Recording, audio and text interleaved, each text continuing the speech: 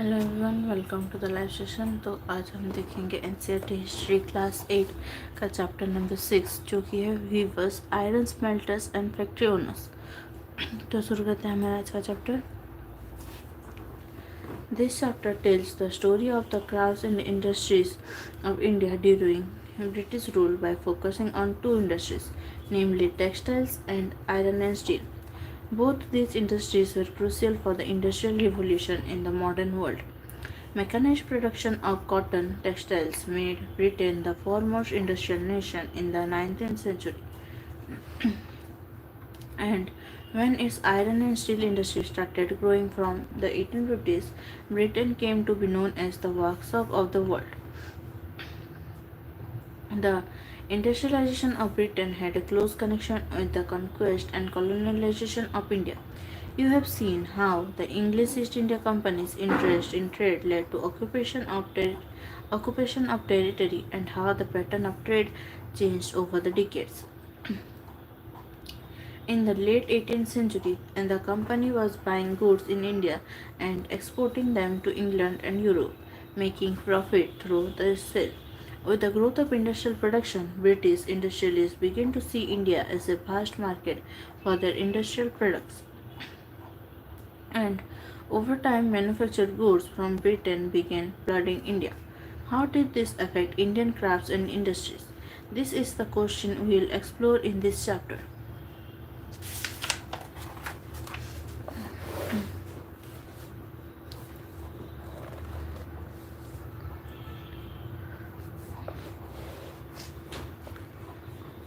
Indian textiles and the world market. Let us first look at textile production. Around 1750, before the British conquered Bengal, India was by far the world's largest producer of cotton textiles.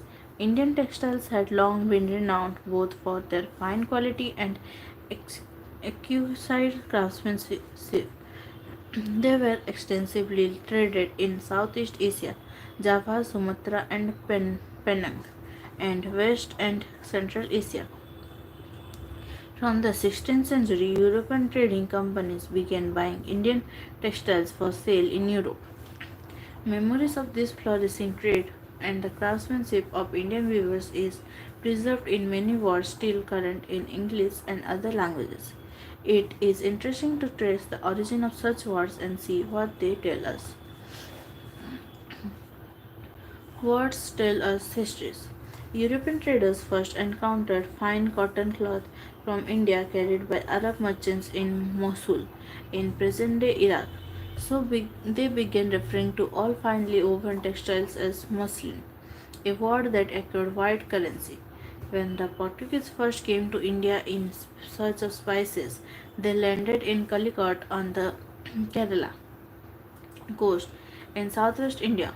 The cotton textiles which they took back to Europe along with the spices came to be called calico, derived from Calicut, and subsequently calico became the general name for all cotton textiles.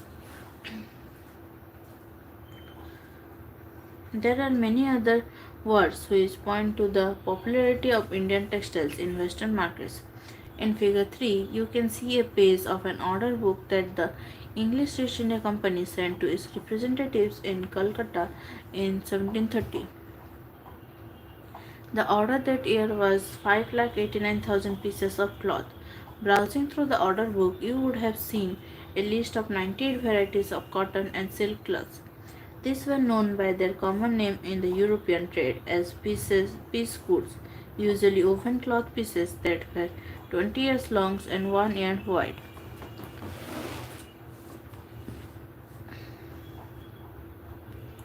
Now, look at the names of different varieties of cloth in the book. Amongst the pieces ordered in bulk were printed cotton cloths called chint, kose, or khasa and bandhana. Do you know where the English term chint come from? It is derived from the Hindi word chint, a cloth with small and colorful flowery designs. From the 1680s, there started a craze for printed Indian cotton textiles in England and Europe, mainly for their exquisite floral designs, fine texture, and relative cheapness. Rich people of England, including the Queen herself, wore clothes of Indian fabric.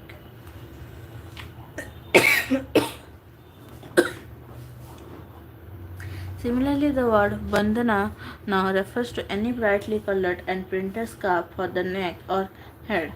Originally, the term derived from the word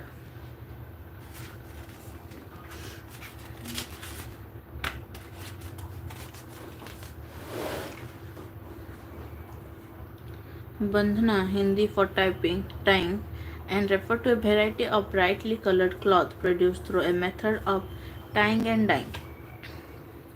There were other cloths in the order book that were noted by their place of origin. Kasim Bazar, Patna, Calcutta, Orissa, Charpur. The widespread use of such words shows how popular Indian textiles had become to different parts of the world.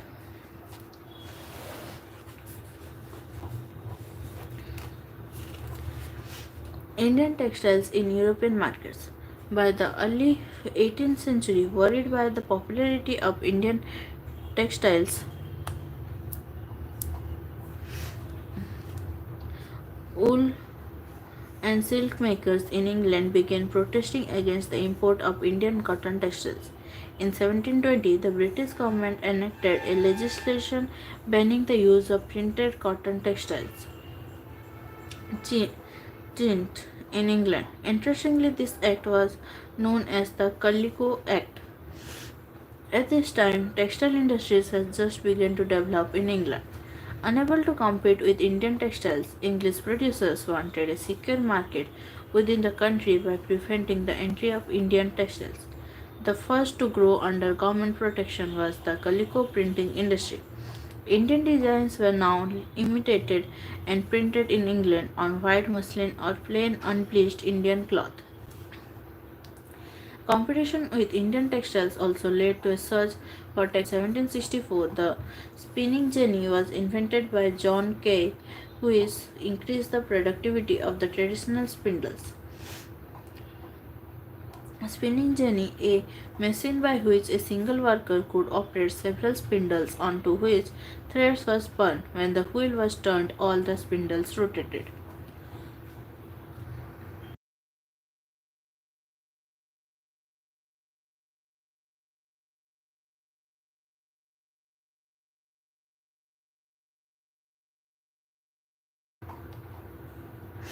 The invention of the steam engine by Richard Arkwright in 1786 revolutionized cotton textile weaving. Cloth could now be woven in immense quantities and cheaply too. However, Indian textiles continued to dominate world trade till the end of the 18th century. European trading companies, the Dutch, the French, and the English made enormous profits out of these flourishing textiles in India by importing silver. But as you know, when the English East India Company gained political power in Bengal, it no longer had to import precious metal to buy Indian goods. Instead, they collected revenues from peasants and zamindars in India and used this revenue to buy Indian textiles.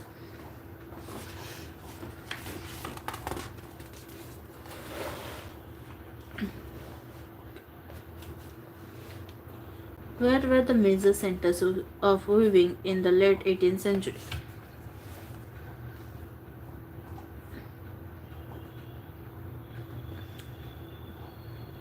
If you look at the map, you will notice that textile production was concentrated in four regions in the early 19th century. Bengal was one of the most important centers.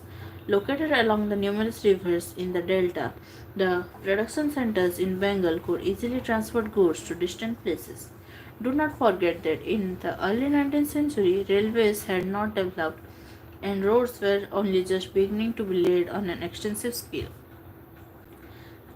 Dhaka in eastern Bengal, now Bangladesh, was the foremost textile center in the 18th century. It was famous for its malmal and jamdani weaving. If you look at southern part of India in the map, you will see a second cluster of cotton weaving centers along the Coromandel coast, stretching from Madras to northern Andhra Pradesh. On the western coast, there were important weaving centers in Gujarat.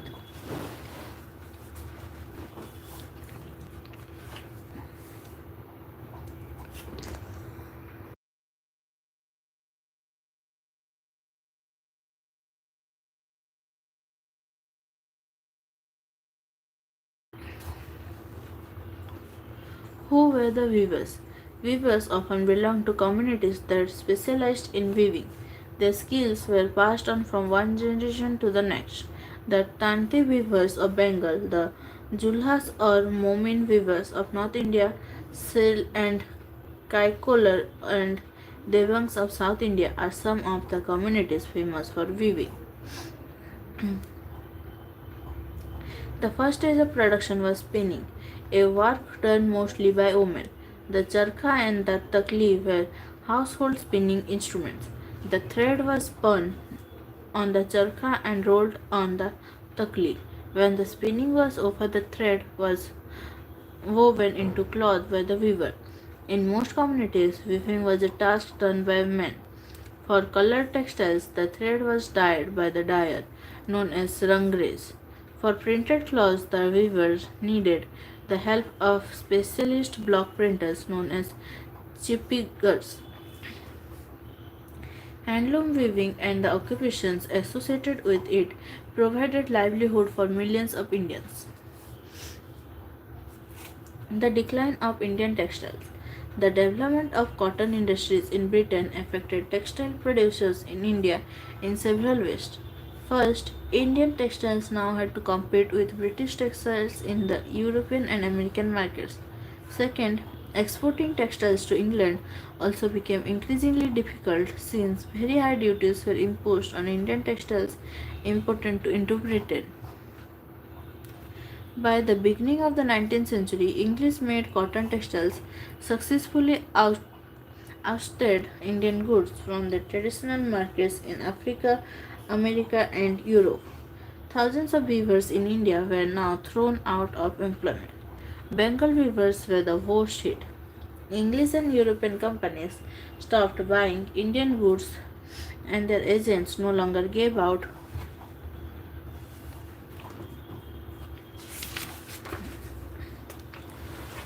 advances to weavers to secure supplies. Distressed weavers wrote petitions to the government to help them. We must starve for food. In 1823, the company government in India received a petition from 12,000 weavers stating, "Our ancestors and we used to receive advances from the company and maintain ourselves and our respective families while weaving company's superior assortments. Owing to our misfortune, the orangs have been abolished ever since, because of which we and our families are distressed for want of the means of livelihood." Orang, a Persian term for a warehouse, a place where goods are collected before being sold, also refers to a workshop. We are weavers and do not know any other business. We must starve for food. If the Board of Trade do not cast a look of kindness towards us and give orders for clothes.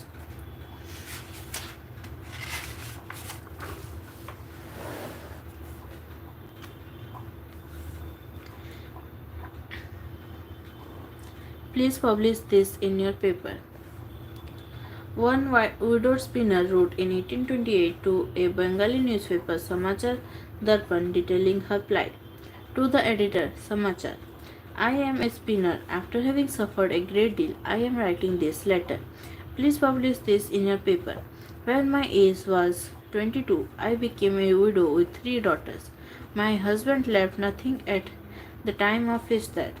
I sold my jewelry for his Shraddha ceremony. When we were on the verge of starvation, God showed me a way by which we could save ourselves. I began to spin on takli and charkha. The weavers used to visit our houses and buy the charkha yarn at 3 tolas per rupee.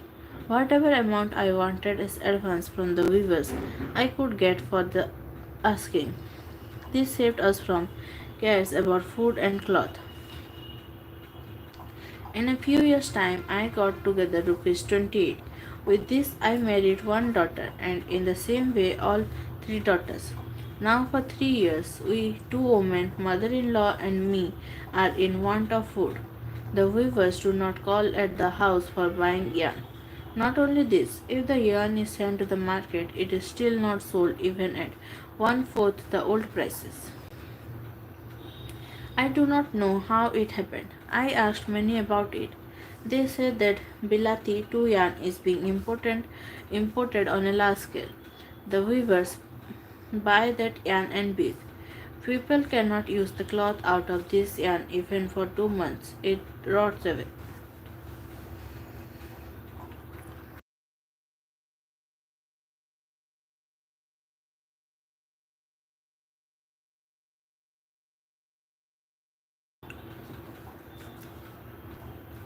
But worse was still to come.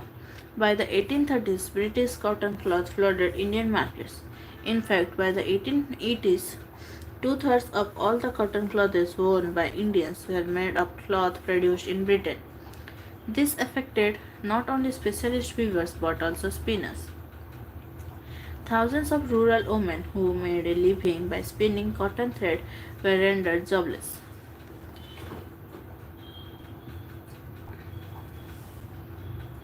Handloom weaving did not completely die in India. This was because some types of cloths could not be supplied by machines. How could machines produce sarees with intricate borders or cloths with traditional woven patterns? This had a wide demand not only amongst the rich but also amongst the middle classes. Nor did the textile manufacturers in Britain produce the very coarse cloth used by the poor people in India.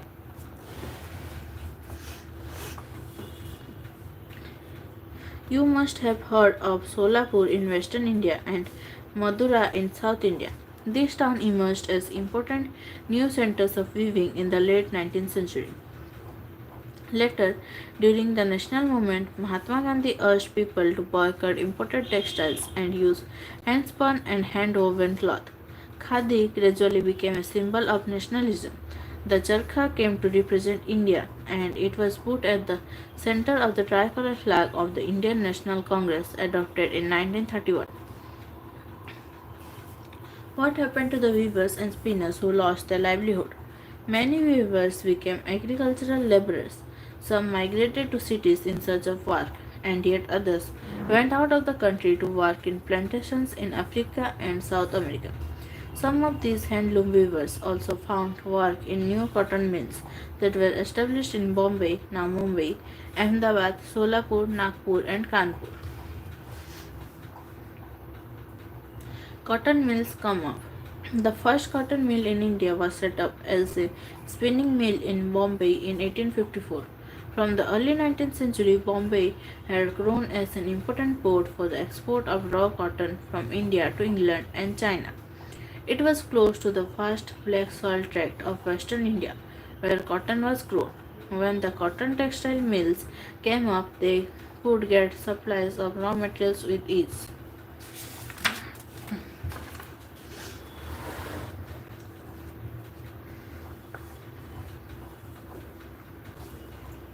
By 1900, over 84 mills started operating in Bombay. Many of these were established by Parsi and Gujarati businessmen who had made their money through trade with China. Mills came up in other cities too. The first mill in Ahmedabad was started in 1861. A year later, a mill was established in Kanpur, in the United Provinces.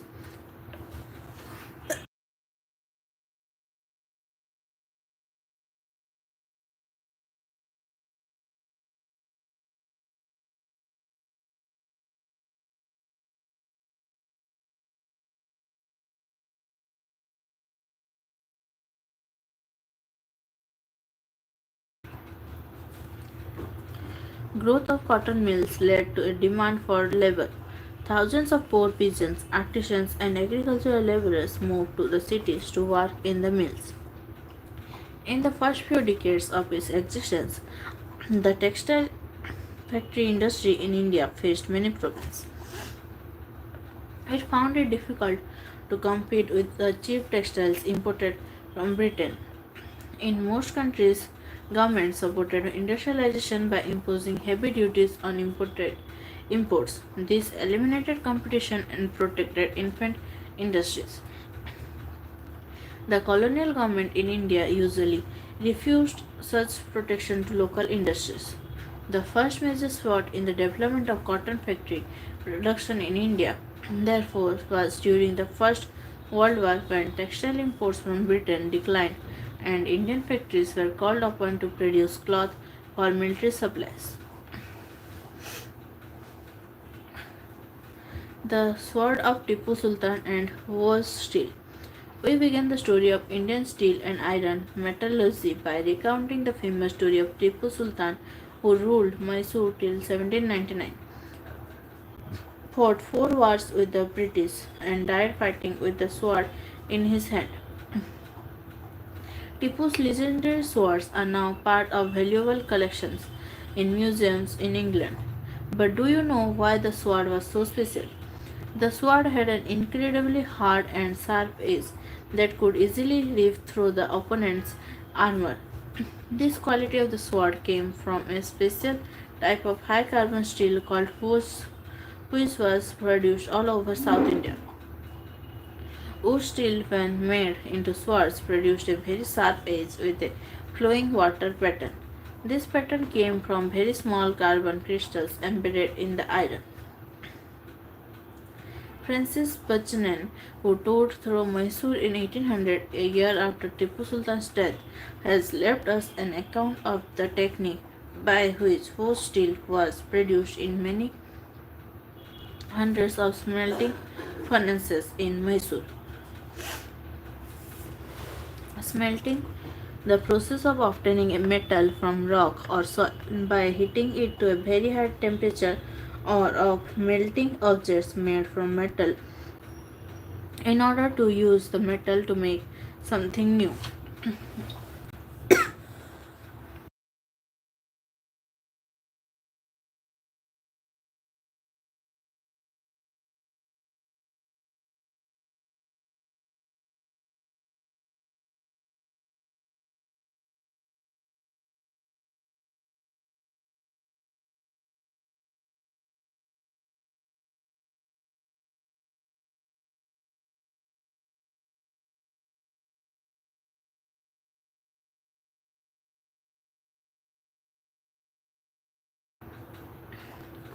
In these furnaces, iron was mixed with charcoal and put inside small clay pots.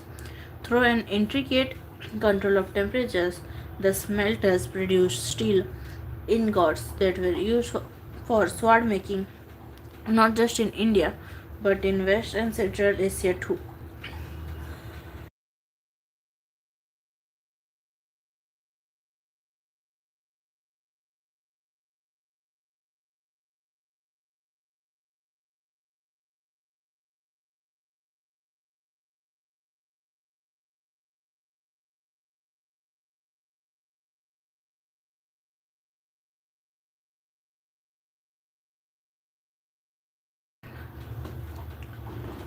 Whose is an anglicized version of the Kannada word ukku, Telugu hukku, and Tamil and Malayalam urukku, meaning steel.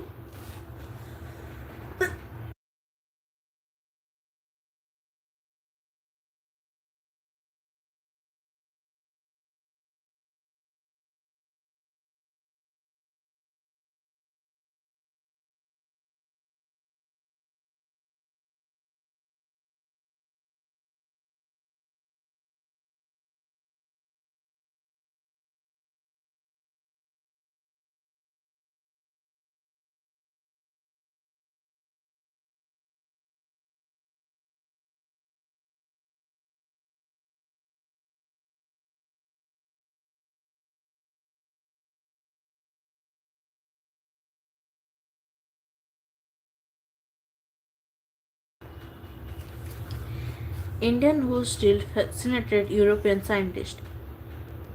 Michael Faraday, the legendary scientist and discoverer of electricity and electromagnetism, spent 4 years studying the properties of Indian wools.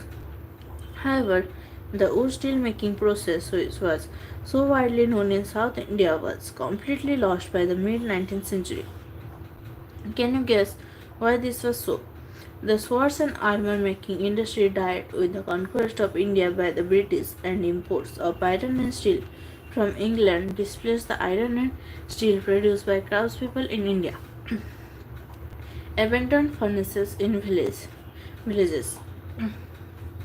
Production of wood steel required a highly specialized technique of refining iron, but iron smelting in India was extremely common till the end of the 19th century. In Bihar and central India in particular, every district had smelters that used local deposits of ore to produce iron, which was widely used for the manufacture of implements and tools of daily use. The furnaces were most often built of clay and sun dried bricks. The smelting was done by men, while women worked the bellows, pumping air that kept the charcoal burning. Bellows, a device or equipment that can pump air.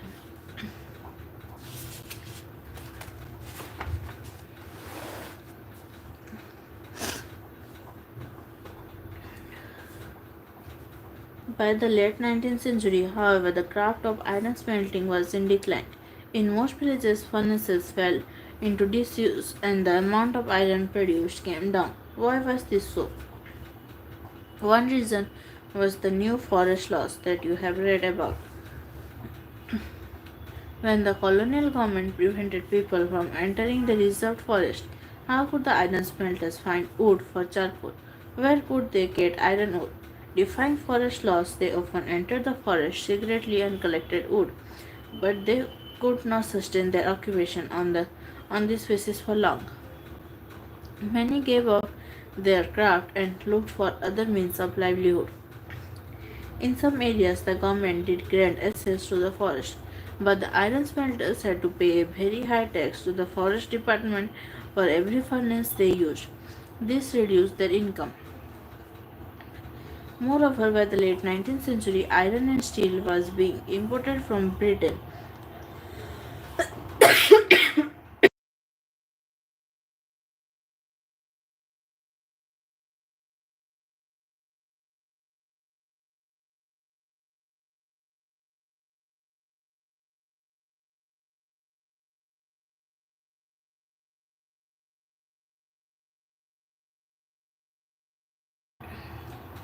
Ironsmiths in India began using the imported iron to manufacture utensils and implements.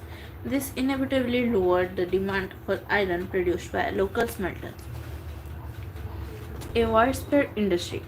According to a report of the Geological Survey of India, iron smelting was at one time a widespread industry in India, and there is hardly a district away from the great alluvial tracts of the Indus, Ganges, and Brahmaputra in which slag heaps are not found. For the primitive iron smelter finds no difficulty in obtaining sufficient supplies of ore from deposits that no European iron master would regard as worth his serious consideration. By the early 20th century, the artisans producing iron and steel faced a new competition. Slag heaps, the waste left when smelting metal.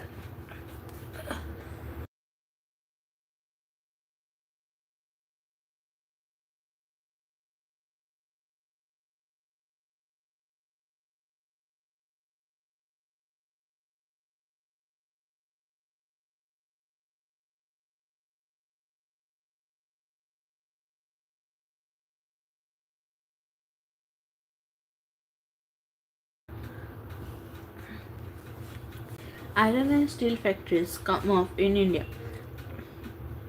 The year was 1904. In the hot month of April, Charles Weld, an American geologist, and Dorabji Tata, the eldest son of Jamsetji Tata, were traveling in Chhattisgarh in search of iron ore deposits. They had spent many months on a costly venture looking for sources of good iron ore to set up a modern iron and steel plant in India. Jamsetji Tata had decided to spend a large part of his fortune to build a big iron and steel industry in India. But this could not be done without identifying the source of fine quality iron ore. One day, after traveling for many hours in the forest, Weld and Doravji came upon a small village and found a group of men and women carrying basket loads of iron ore. These people were the Agarias. When asked where they had found the iron ore, the Agarias pointed to a hill in the distance. Weld and Doravji reached the hill after an exhausting trek through the dense forest. On exploring the hill, the geologists declared that they had at last found what they had been looking for. Rajhara Hills had one of the finest ores in the world. But there was a problem. The region was dry and water necessary for running the factory was not to be found nearby. The Tatas had to continue their search for a more suitable place to set up their factory. However, the Agarias helped in the discovery of a source of iron ore that would later supply the Bhilai steel plant. A few years later, a large area of forest was cleared on the banks of the river Subarnarekha to set up the factory and an industrial township, Jamshedpur. Here there was water near iron ore deposits. The Tata Iron and Steel Company (TISCO) that came up began producing steel in 1912. TISCO was set up at an opportune time. All through the late 19th century, India was importing steel that was manufactured in Britain. Expansion of the railways in India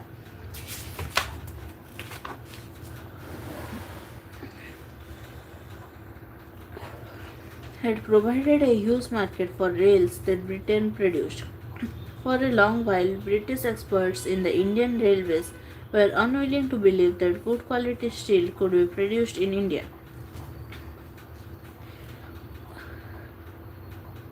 By the time TISCO was set up, the situation was changing. In 1914, the First World War broke out. Steel produced in Britain now had to meet the demands of war in Europe. So, imports of British steel into India declined dramatically, and the Indian Railways turned to TISCO for supply of rails. As the war dragged on for several years, TISCO had to produce cells and carriage wheels for the war. By 1919, the colonial government was buying 90% of the steel manufactured by TISCO. Over time, TISCO became the biggest steel industry within the British Empire. In the case of iron and steel, as in the case of cotton textiles, industrial expansion occurred only when British imports into India declined and the market for Indian industrial goods increased. This happened during the First World War and after. As the nationalist movement developed and the industrial class became stronger, the demand for government protection became louder. Struggling to retain its control over India, the British government had to concede many of these demands in the last decades of colonial rule. Elsewhere, early years of industrialization in Japan. The history of industrialization of Japan in the late 19th century presents a contrast to that of India. The colonial state in India, keen to expand the market for British goods, was unwilling to support Indian industrialists. In Japan, the state encouraged the growth of industries. The Meiji regime, which assumed power in Japan in 1868, believed that Japan needed to industrialize in order to resist Western domination. So, it initiated a series of measures to help industrialization. Postal services, telegraph, railway, steam power shipping were developed. The most advanced technology from the West was imported and adapted to the needs of Japan. Foreign experts were brought to train Japanese professionals. Industrialists were provided with generous loans for investment by banks set up the government. Large industries were first started by the government and then sold off at cheap rates to business families. In India, colonial domination created barriers to industrialization. In Japan, the fear of foreign conquest spurred industrialization. But this also meant that the Japanese industrial development from the beginning was linked to military needs.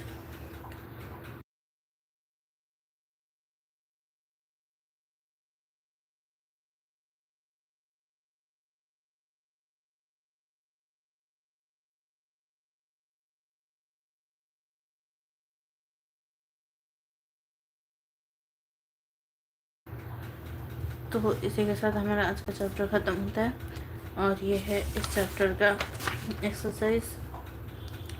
तो हमारा आज का session यहीं तक था। अगर आप channel पर न्यू हैं तो चैनल को सब्सक्राइब कर दीजिए और नोटिफिकेशन आइकन पर क्लिक कर दीजिए ताकि आप डेली लाइव क्लास ज्वाइन कर सकें। और अगर आपको वीडियो अच्छी लगे तो लाइक कर दीजिए। तो हमारा आज का सेशन यहीं तक था। Thank you, thanks for joining.